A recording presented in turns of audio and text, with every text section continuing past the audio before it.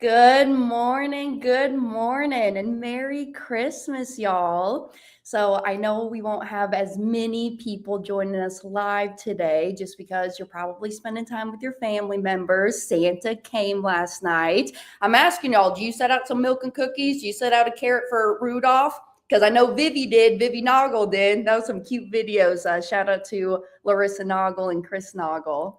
So, hey, if you can't join us live, just a reminder, this is a podcast as well, Money Mornings with Hannah Kesler, wherever you stream your podcast episodes at. And I see Mr. Dexter here. What's up, everyone? And the OG is here. Yes, he is. Merry Christmas, Dexter. Hey, send my love to your family as you see them today and are talking with them, your grandson, your kiddos. So glad to have you on this morning. Well, good morning and Merry Christmas, and welcome back to another Money Mornings with Hannah.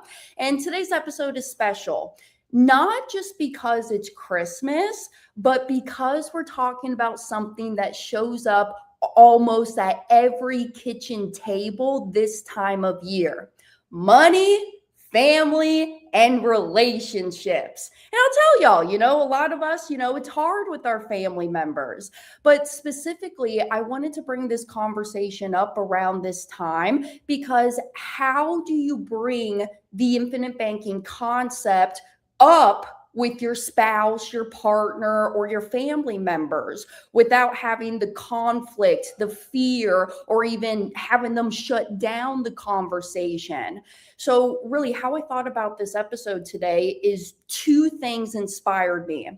Number one was a message that I got from one of my team members, Mr. Ethan Evans. A lot of y'all know Ethan. You might have him as your implementation agent. And a conversation that I was actually having with my father this week, because I have some updates and I want to report these updates to you, because as we've been learning from my father and his mentors, if you track your stats, they will grow. But if you track your stats and report them to others, it's going to grow exponentially. So today, we're not just talking about numbers, but we're really going to get into alignment, the communication, and the legacy that we're building. Because really, to take it back to a few episodes prior, one of the things I've always said is the infinite banking concept. This cannot just be inherited, right? It has to truly be taught to the family members, because if they don't know what's going on within your own banking system, your own financial life, and then you graduate, you pass away, they're not going to know how to handle those financials. Which ADD is going off. Speaking of, did y'all see that somebody in Arkansas won the Powerball last night? I think, what was it, like $1.8 billion? And that's like a whole other conversation, because you guys have heard those stats before. Hey, for people who win the lottery, or even like athletes, that don't understand their financial life, I mean, they will, pardon my French, piss away that money within 5 to 7 years, because nobody's taught them how to keep the money. They're very great at making the money. They know the money's coming in from their profession or winning the lottery, but they don't know how to handle it and how to keep that money, right? So anyways, just a little side note, saw that last night. My siblings texted me. But let me read you this text message that I got from Ethan. I don't know when this was. I just saved it to my notes a little while ago. But he texted me one morning. I remember it was a Thursday morning in specific, because this text came through when I was doing this live stream show. And he goes, "Hey, Hannah, I hope you're having a great week. I had a topic I thought I'd share with you for discussion topics on your future podcasts or live streams: IBC and finances in relationships." He goes, "I talked to a disengaged client. They're a med school resident, been paying premiums for their policy for the last 1.5 years and have never taken a loan from it. They were getting pressured from their boyfriend to cancel the policy and use the premium for something else. So luckily, Ethan, because he's reaching out, And that's my big PSA. Y'all, I know if you're a member of the Money Multiplier, you have your designated implementation agent. And yes, it's a free service that we do for all of our members. And to be quite honest with you, I've been noticing that y'all don't value free things, okay? So seriously, I know it's free to you, but take advantage of the tools and the resources that the team is giving you. So when your implementation agent reaches out to you every quarter, even if you don't need us, just reply back, hey, I'm all good. I'll catch you next quarter, right? So anywho, this individual wasn't getting back to their implementation agent. And luckily, though, they reached out to Ethan when their boyfriend was coming into them and saying, hey, I think you should cancel this policy. Go use your premium money for something else. So Ethan and that individual came together and they created a new debt map for her student loans. And he had him go back and rewatch the presentation. So that was just one incident. And luckily, Ethan got in there, re-educated them of why they even started this journey in the first place. Because before I get into my second case study here, it is important to always keep learning about this stuff. Okay. This is literally why Nelson Nash dedicates one whole chapter to his book called The Arrival Syndrome, because some people will think, okay, I started my policy, I've set this all up, and then I know everything there is to know, and I don't need to do any more studying for myself. And it's like, no, it's almost like if you go to college, you build on top of those foundation building blocks that you're learning from your freshman year, your sophomore year, junior year, senior year. You're building on top of these building blocks, for lack of better words, of what you're learning in that curriculum when you're attending college. So it's almost like the same thing when it comes to the infinite banking concept and learning deeper about your financial life and your money life. So luckily, that individual went to Ethan, and Ethan was able to build out that map and show you, hey, this is why you're using your policy to tackle on these student loan debts, okay? And for my listeners, if you don't know the answer as to why we do it this way, it's because when the money filters through the policy first, I'm always getting that uninterrupted compounding on my money. And then I'll take out the cash value to go pay it to the student loan people. So now I'm never losing interest on that money that's earned on those dollars when it flew through my policy first. And then I gave it to the student loan people. Because you can, right? I mean, you guys heard me say these one-liners before. You could totally take the money from your checking account and go pay off the student loan people directly. But if you do that, okay, I've accomplished the goal of paying them off, but now I no longer have that money. I have to go out there, work for it, earn it somehow to get those dollars back inside of my pocket, earning me interest again. So this is what's called the opportunity cost of our money. When I simply just add the one additional step of running the money through the policy first, now I'm never losing out on the interest that's earned. Another little topic that he brought up too, hey, she's been paying these premiums for the last 1.5 years and they've never taken out a loan.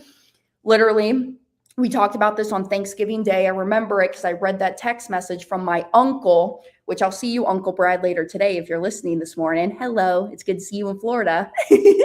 But some people ask me the question, well, if I'm not taking out my loans, I'm not using this policy how it should be, and it's not benefiting me in any way. Okay, sometimes I hear that comment. Now, to me, just because I've been around this since I was 8 years old, that's just mind-boggling to me. But what we're not understanding is that even though if you have no use for your capital, why do we even want to store the capital within the policy? Well, I can keep it liquid. I'm not locking it up. I can access that money whenever I want. It's protected against lawsuits, judgments, liens, even sometimes divorces, bankruptcies. I am getting tax-free growth within inside of that policy. So look at all of your other accounts of where you store your cash accumulation at. Savings account, 401ks, HSAs, yada, yada, yada. Is it tax-free growth? Some of them are, but the policy always is tax-free growth. And then on top of that, I got my death benefit, because it's not an if it happens, it's a when it happens. That death benefit money is now going to get paid out to my family, and they don't have to be running around figuring out how to pay off my remaining debts if I have some debts once I graduate, or how to pay for the funeral or burial expenses. Because let me tell you, though, it's expensive here in America to bury somebody. Oh my goodness, it was expensive. I watched this one girl in my free time. Some of y'all may know her, especially my girlies out there. Her name's Bailey Sarian, and she does murder, mystery, and makeup Mondays. So literally, she's on the YouTube, she's doing her makeup, and I'll see how she does it, kind of get some tips from her. And then she tells a story about, a crime that has been heavy on her mind of some serial killers or something that's happening. I know it's a little morbid, but I'm into that stuff. I kind of like those documentaries. It's very interesting.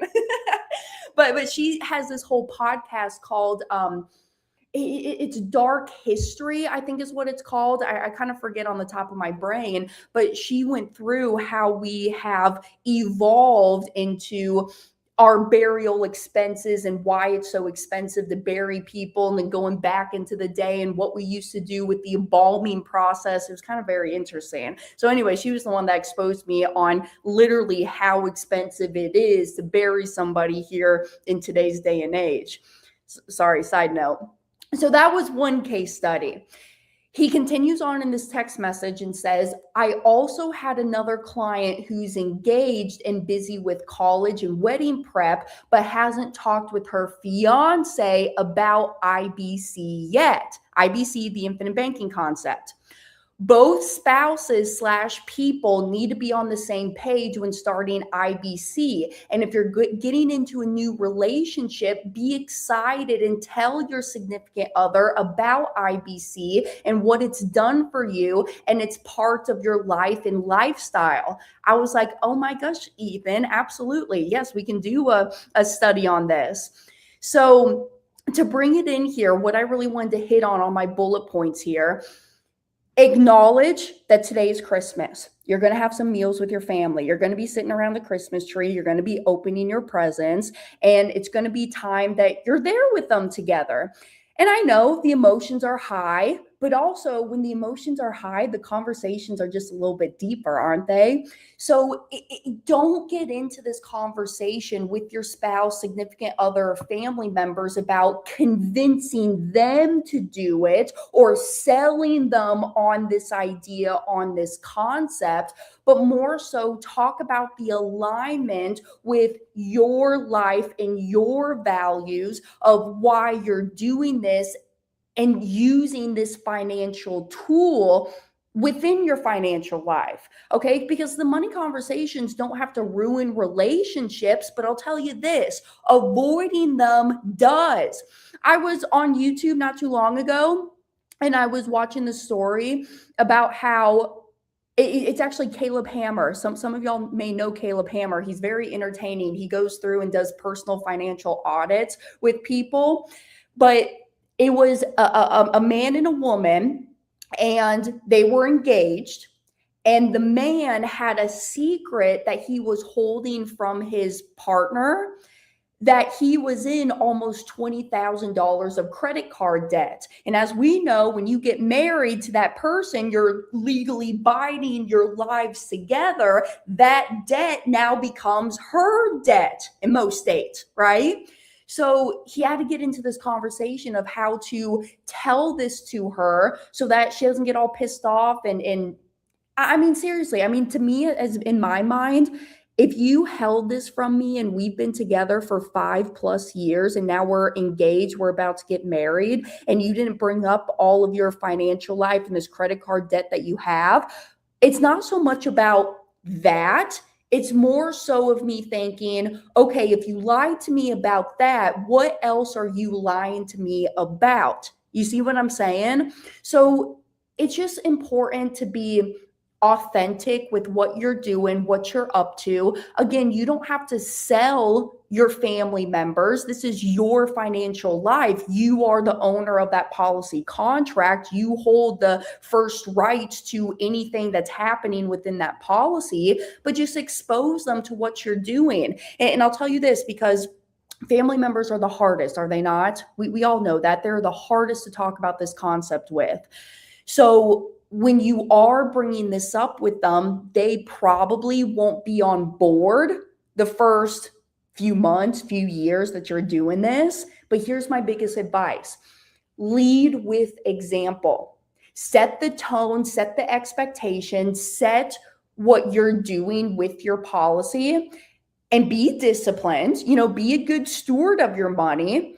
And when people start to see you doing this and they start to see your wealth accumulate and the things that you're able to do and buy with your policies, that they're like, well, crap, I just can't drop everything right now and take a trip to Istanbul, Turkey, because I got to go clock into my 9 to 5. But yet you can, because you've been using your policy to accumulate cash flowing assets, that your pocketbook doesn't dictate your time or your location freedom. So you can always lead by that example. And I'll tell you, that is what has helped my family get on board with this, is that we've been living it. They see what's happening.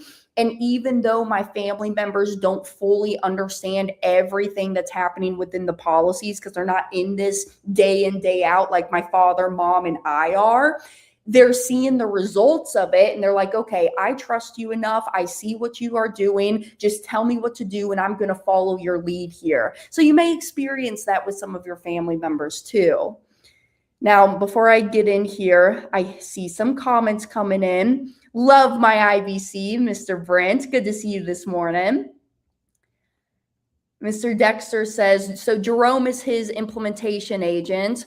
He says, I get back to him and have him working. Haha, we have a great conversation and get solutions resolved. Good, man, good.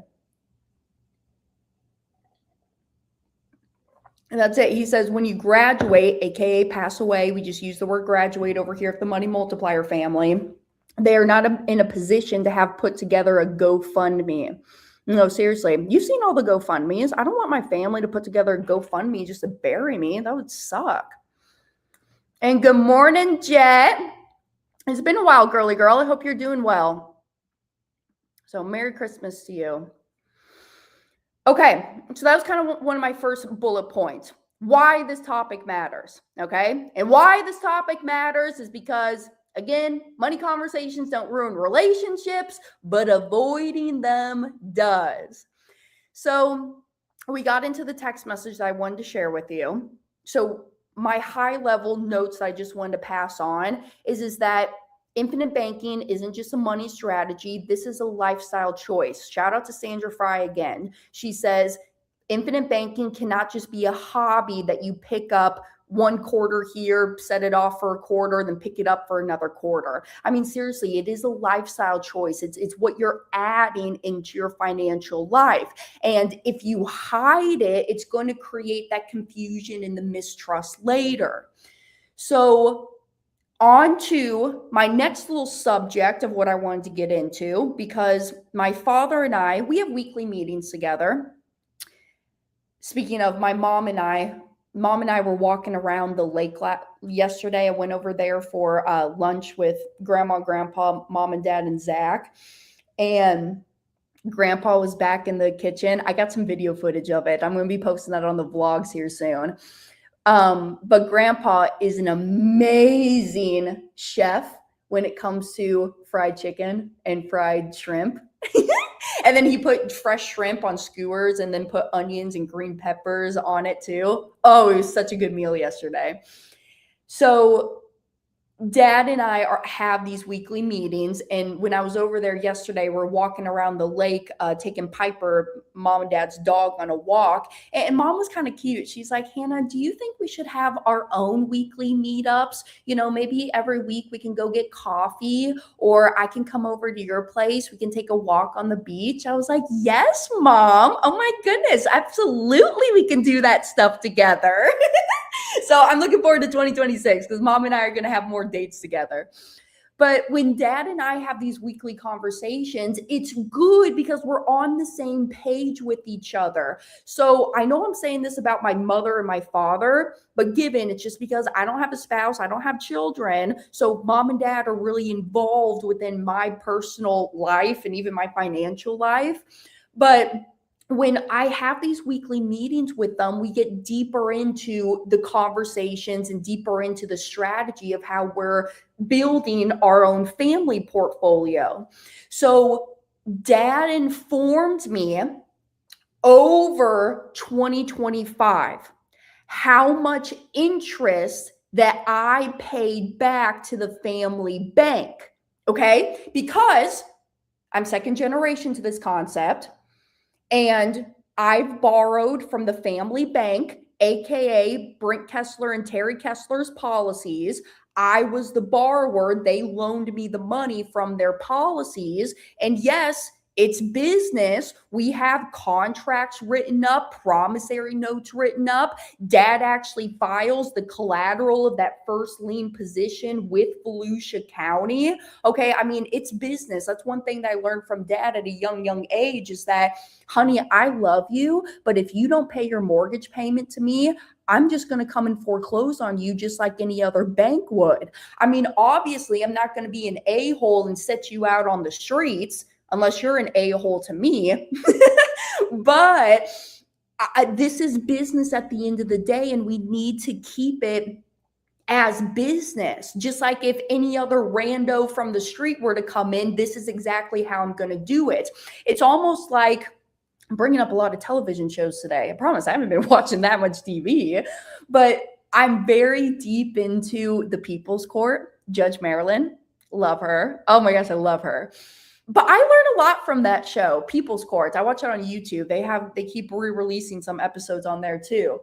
But Judge Marilyn always says, she says, hey, when a cash comes in this hand, a receipt needs to leave this hand. Grab the nearest toilet paper and a crayon and write down that receipt, because the number one time that you want to have that receipt is when you are doing business with your friends or your family members. That's like the biggest time, right? Because you don't want to not torment's not the right word.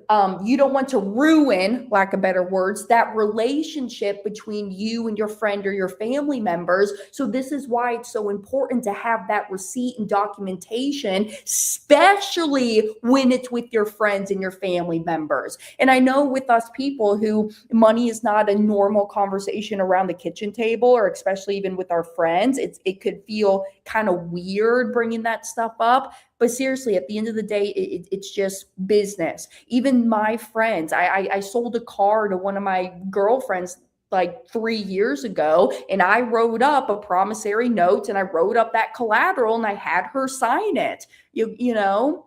So anywho's, to get off on that tangent, why I'm bringing this up is because over the course of my life, I have taken loans from the family bank. My first ever loan was my first house when I was 19 years old, over more inland in Florida, in a neighborhood called Pelican Bay. So I took a loan from dad for that. I took a loan to renovate that duplex just a little bit. I've taken a loan for my second van financing. Okay. Because y'all have heard that story. If you haven't, go back and watch the episodes. Not going to get into it. But I've taken a loan for the second van financing. And I've also taken a loan for this condo that I live in now over here on Beachside. And dad has given me the interest that I have paid to the family bank for the year of 2025 and my total lifetime interest up to this point. And he just used the date of December 31st of 2025. So here's my stats. From December 1st of 24 to December 1st of 25, I have paid $140,291 back to the family bank. $140,000. the total lifetime of interest that I've paid to the family bank from the time that I started this stuff till December 1st of 25 is $340,899. So here's the tie to it. Why I borrow from the family bank, especially when dad is very high interest. I mean, the lowest interest rate that I have is on my van, which is 10%. My house loans have always been at 13%. No, 14%. Is it 14 or 13? I'll have to look at my spreadsheet. 13 sounds correct. 13% interest is what he's charging me. Why I do it this way is because that interest is never lost. I'm not paying it out to a conventional bank.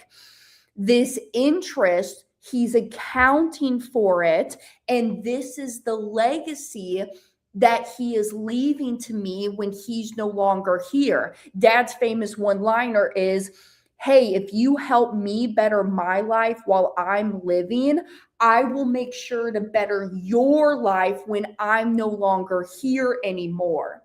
So this is really the legacy, and it's this love that's being expressed through this structure. So once dad sent me that text on how much interest I paid over the lifetime, I then asked him the question. I said, Dad, well, how much death benefit right now do you and mom have on your bodies in total? And I'm just going to use a round number. I'm going to say that it's $20 million. Okay. Not to put all of our family business out there, but I'm going to say that it's $20 million. So here's what's going to happen. At the time of mom and dad's passing, of that $20 million, and let's say that I no longer have any more interest that I'm paying back to the family bank. I'm going to put it in the chat box here so you can follow me on my numbers. Let's say that I no longer take any of this interest payments back to the family bank. I'm done paying the family bank. This was my last month, last year of 2025. Well, at the time of mom and dad's passing, $20 million of a death benefit will be there. The first payout of what's going to happen is I'm going to get back my $348.99 of interest that I paid back to the family bank.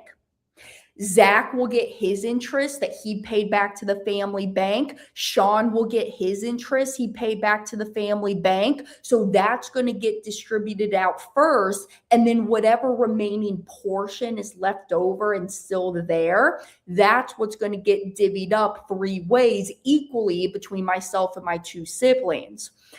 Or really whatever dad and mom want to do. I mean, they're the owner of the policies. They can do whatever they want as the beneficiaries.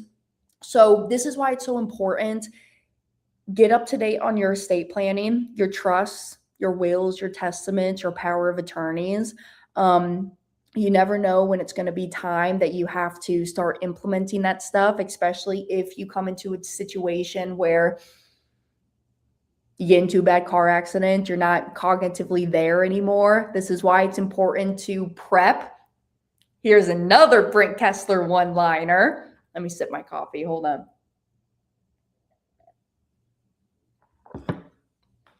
Dad would say this, and I would get so mad at him when he used to say this. But he goes, and I'll give you the context of why I would get mad. He goes, Hannah, a failure to plan is a plan to fail. And he says that all the time. Because when I was younger, getting into this business and I was kind of evolving, growing up and being dad's assistant, I was responsible for packing all of the booth materials. So sometimes when we go out, teach at live events, they would give us a booth. And sometimes there would be a time where I would maybe forget a thing or two. Maybe it was extra copies of Mapping Out the Millionaire Mystery. Maybe it was his HDMI cord. You know, it was little things that weren't so tremendous if we forgot it, but it's still like, girl, this is your responsibility. Why is it not packed up for us? So I get it. I get why dad would get mad at me. And so he would always say, do you have your checklist? Do you have your checklist, or are you checking things off the checklist? Yes, dad.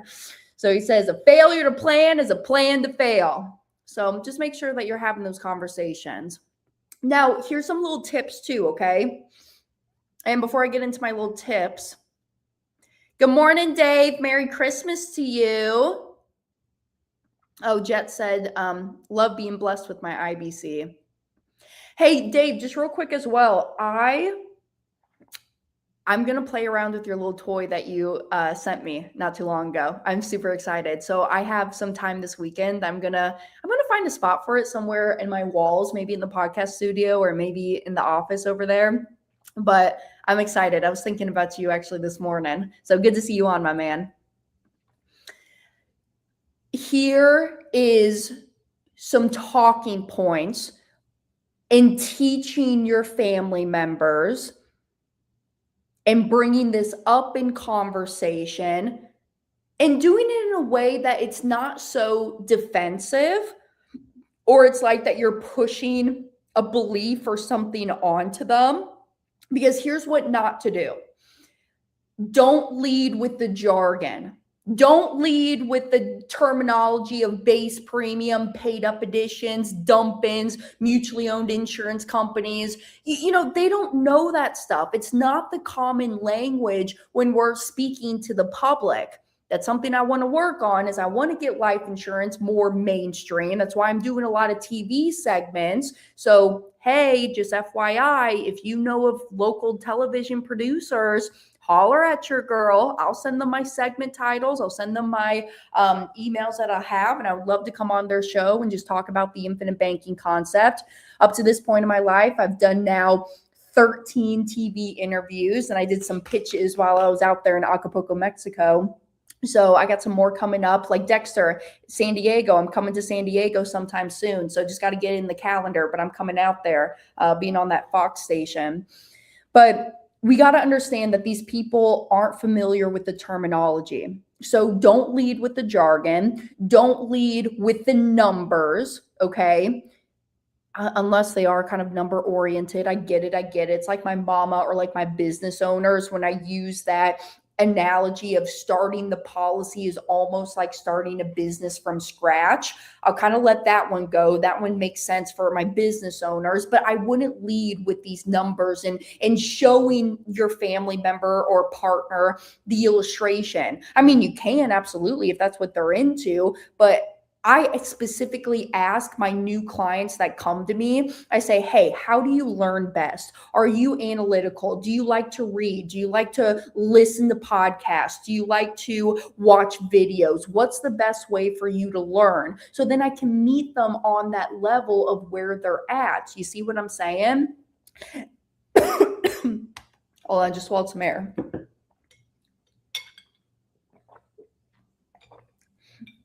So don't lead with the numbers. I wouldn't lead as well with you don't understand. Don't put them down. I mean, this stuff is that stupid simple. We have Ariana, Joseph Kovacevic's daughter, who's now, I think, oh my gosh, how old is she now? She's like 13. Last time she was 9 when we recorded that video on the Money Multiplier website. It's how infinite banking is explained by a 9-year-old.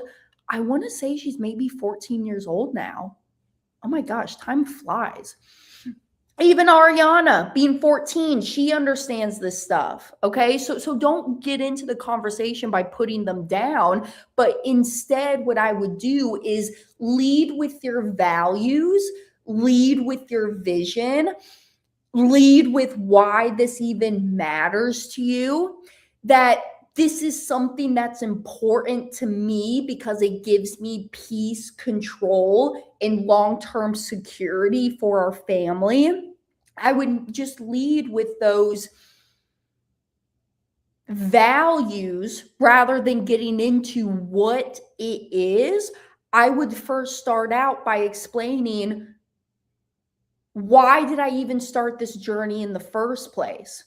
Infinite banking is just the how and the what. But why did I start this journey in the first place? And some of you guys don't even know what you want or why you even started this journey. I know majority of you do, but some of y'all just started it because you think, hey, I'm just going to build my wealth and I'm going to get rich quick. I'm telling you right now, this ain't a get rich quick kind of deal. So why did you even start this journey in the first place? Was it to build a family empire? Did you want the death benefit? Did you have debts you were trying to pay off? Are you trying to expand your real estate portfolio? Are you sick and tired of banks and having to go do that proctology exam at the bank just to get qualified for a loan? I mean, seriously, why did you even start this journey in the first place? And this is also just a perfect time to sit down because we're here on December 25th and write to yourself. I'm a big advocate of journaling. Okay. I like to journal. It allows me to get my anxiety, my ADD brain out onto paper. So just sit with yourself and really reflect on this year. And that's one of the talking points that I would reflect on is why did you start this journey? What have you accomplished so far? What could you be doing better with your banking system? And what are the goals for this next year? I know it's so cliche, my goal setting for next year, but seriously, I mean, it's, as Brent Kesler says, a plan to fail or failure to plan is a plan to fail. So just set those intentions for yourself. I can tell you my goals for this next year coming around is I really just want to be more intentional with my time and where I'm spending it at, who I'm spending it at, who I'm spending it with.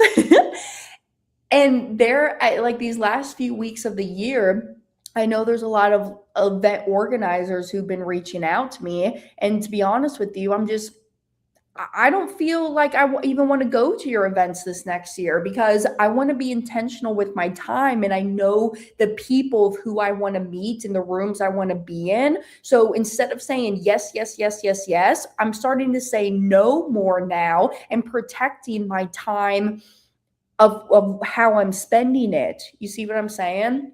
So it's okay to be selfish sometimes, especially because this is your world. We're just living in it. Everybody's got their own planet within their mind right here. So it's okay to be a little selfish, especially when it's with your time, your money, and what you're doing. But at the end of the day, you just got to be leading with a good heart. You know, don't be malicious and don't be an a-hole. But as long as you're leading with that good heart, I don't think anything can really disrupt you in what you're trying to accomplish here. So good. I'm just reading some of these comments coming in. Okay. All right. Here's something else I want to help y'all with. Okay. As you guys are sitting down at the kitchen table with your family today, here are 4 questions that come up a lot, especially in mainstream, especially if they've never read Becoming Your Own Banker. Right there, Becoming Your Own Banker, if they've never read it, or if they've never seen our live presentation, which shout out, going to do a little promo plug here, themoneymultiplier.com/presentation. That's how you can watch the 90-minute presentation, all of the ins and outs on the infinite banking concept. But prepare yourself for questions that will get asked. And I'm going to give you 4 of them. 1, is this a scam? Is this a scam? If you go on Reddit, I love Reddit, but there's savages over there at Reddit, I'll tell you. And a lot of people don't even know what they don't know. Here's what Will Rogers always says. The problem in America isn't so much what people don't know, it's what people think they know that just ain't so. So the question comes up a lot. Is this a scam? Well, let's talk about it. What even is the vehicle of the infinite banking concept? Well, the vehicle that we're using is a whole life insurance policy. A whole life insurance policy that's been around longer than the Fed's even been here, with a company that's been around for over 100+ years. And if you think even deeper into it, who's the number one purchasers of this concept themselves? Banks, conventional banks. Banks use this strategy, and most people just don't know about it. Here's a question. Actually, I'm going to Google this right now. What is the original, how should I phrase this? What is the first whole life policy that was ever written in the USA? It's searching. Wow. The first life insurance in America wasn't whole life as we know it, but the Presbyterian Ministers Fund started in 1759, issued the first actual policy in 1761.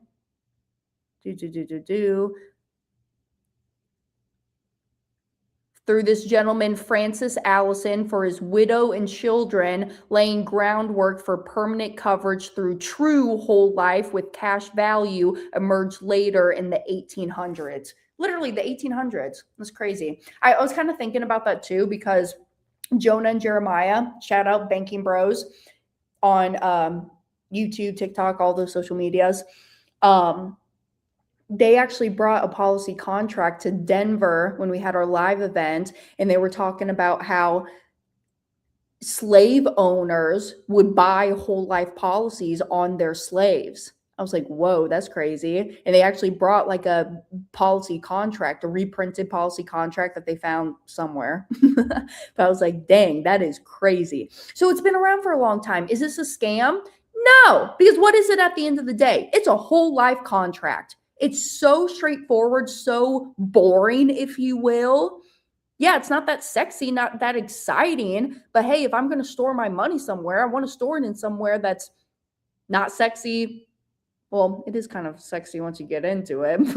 But you see what I'm saying? It's not going to be going up and down in those stock market fluctuations as if I were to go allocate it to the market, my financial advisor, my 401k. You see what I'm saying? Now, given that's just my humble opinion, y'all can have your own opinions. I'm just saying this is what I've learned, what's been working out for me in my life. But is this a scam? If your family members ask you, no, it's a contract with a 100-plus-year-old mutual company. Banks use this strategy, and most people just don't know about it. Go and Google something called BOLI, B-O-L-I, stands for Bank-Owned Life Insurance. Here's question number 2 you might be getting asked. Why not just invest it? I hear this all the time, especially myself being a private lender on real estate and being in a lot of those real estate communities. Why don't I just go and invest the money directly? Well, here's the Nelson Nash version of it. It's because this isn't about chasing returns. It's about control, liquidity, and certainty with where I'm storing my money at. But if I go a step deeper and I'm putting it into the mindset of my investors, to go back to what I said earlier today about the opportunity cost of our money, it's allowing me to double dip on my money. When I flow the money through my policy first, I'm getting that uninterrupted compounding, guaranteed interest and dividends, and I can still leverage against the policy, take out that cash value, and then go give it to that investment, that borrower, the stock options trade, whatever it is. So I just sum it up and I say I'm double dipping on my money. So why not just invest it? Because it's not the either or, it's my and. I'm running the money through the policy and then I'm going to go place it within that investment. You see what I'm saying? Number 3, why haven't I heard about this before? That's a big one. Your response could be, because it's not sold on commercials. It's truly taught inside families and institutions. When you go and see the commercials that are out there, people are always talking about term insurance, and I'm going to find you the cheapest premium for this term insurance that I can get you. Y'all, term insurance is just renting insurance. My question I always ask is, why do you buy a house rather than rent a house? Well, I buy a house, even though it's more expensive, because I want the ownership. I want the appreciating assets. I want the equity build up inside of that house. Whole life, term life. Term life, you're renting the house. Whole life, you're buying the house, right? And there's a time and place for term insurance. I'm helping a family right now. They want to max out themselves on their death benefit insurability. because they want to make sure that they can keep buying more whole life policies as they age and get older. And I mean, I'm telling you, this family is amazing. Husband's 32, the wife is 25, they're young. And just having this mindset within their head right now at such a young age. Oh, I'm so excited. I just can't wait till the days that we're in our 50s together. And I just, having the conversations of where we started 25 years ago. Anyways, but why haven't I heard this before? Because it's not a mainstream topic. I mean, think about it. If for all my IBC vets, if you really want to get into it, if the common person was doing this and the masses were doing this, people wouldn't be keeping their money at the local bank, would they? Yeah, you got to keep some money at the bank. There's no way to totally eliminate conventional banks from our lives, but if I'm redirecting my bank deposits into my premium deposits, banks are losing customers, you see? And banks are kind of what make our economy and our world go around with the Federal Reserve System. So why it's not mainstream is because there's probably a reason that the government and the Fed don't want to teach us about this stuff, because then they're not going to have customers making their deposits at their own banks. I mean, that's just one reason. Another reason is that, yeah, you got to be disciplined with this. You can't just, again, treat it like it's a hobby. Anywho's. So why haven't I heard about this before? Because it's not mainstream. It's truly taught within my elite and wealthy families. Because here's something. I actually wrote this on a sticky note not too long ago. When you start hanging around high net worth individuals, it's a different vibe. I mean, seriously, like it's because so many people are coming after these high net worth individuals and they just want money from them. They want their business from them. And it makes sense. I can see why the average person were to think about that.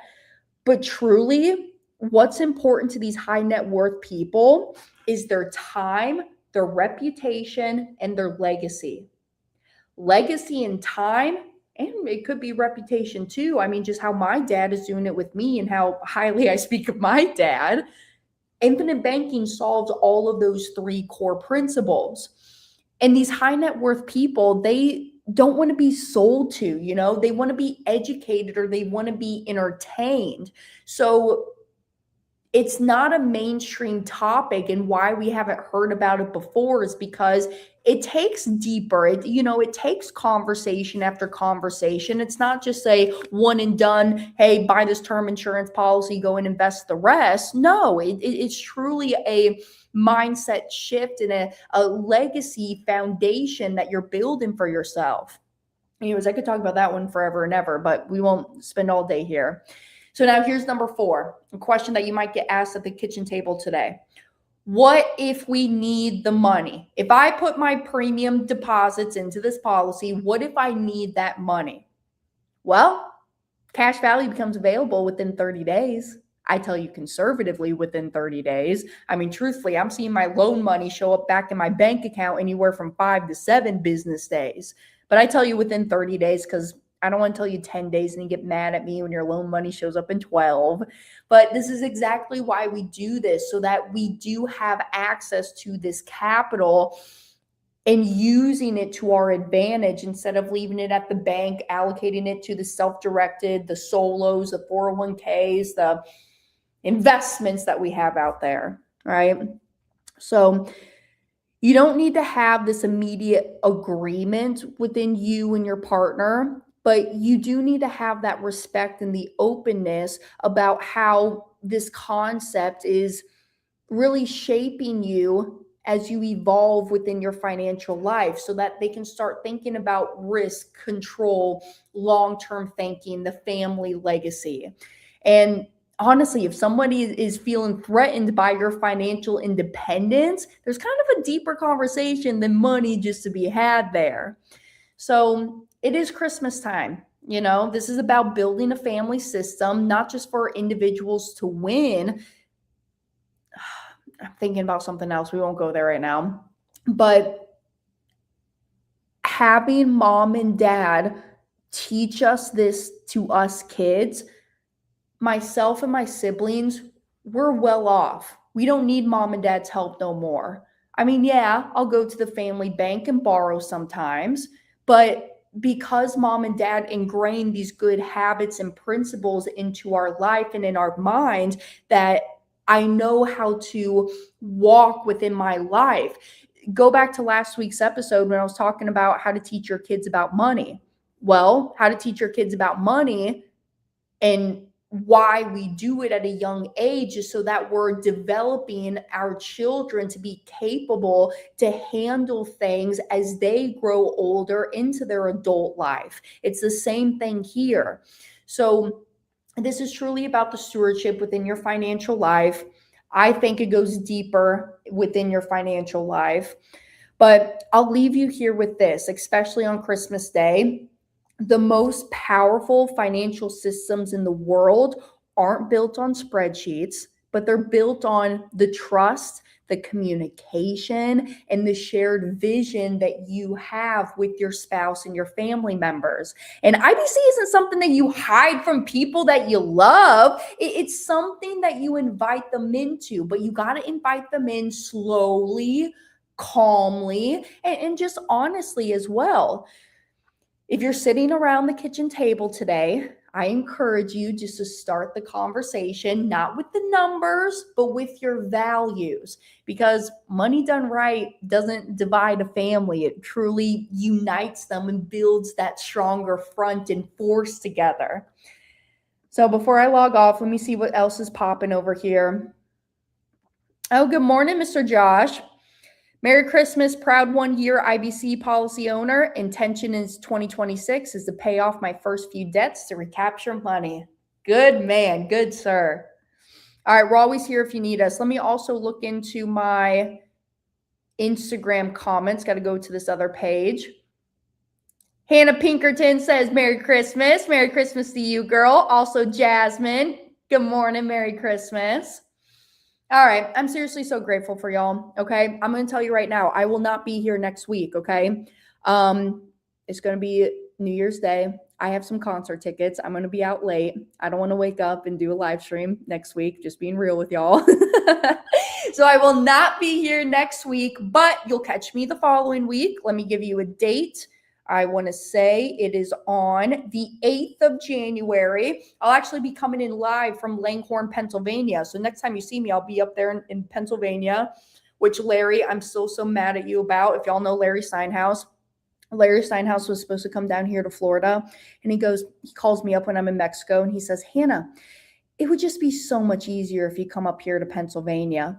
And I responded back. I said, Larry, the last thing I want to do in January is go to Pennsylvania.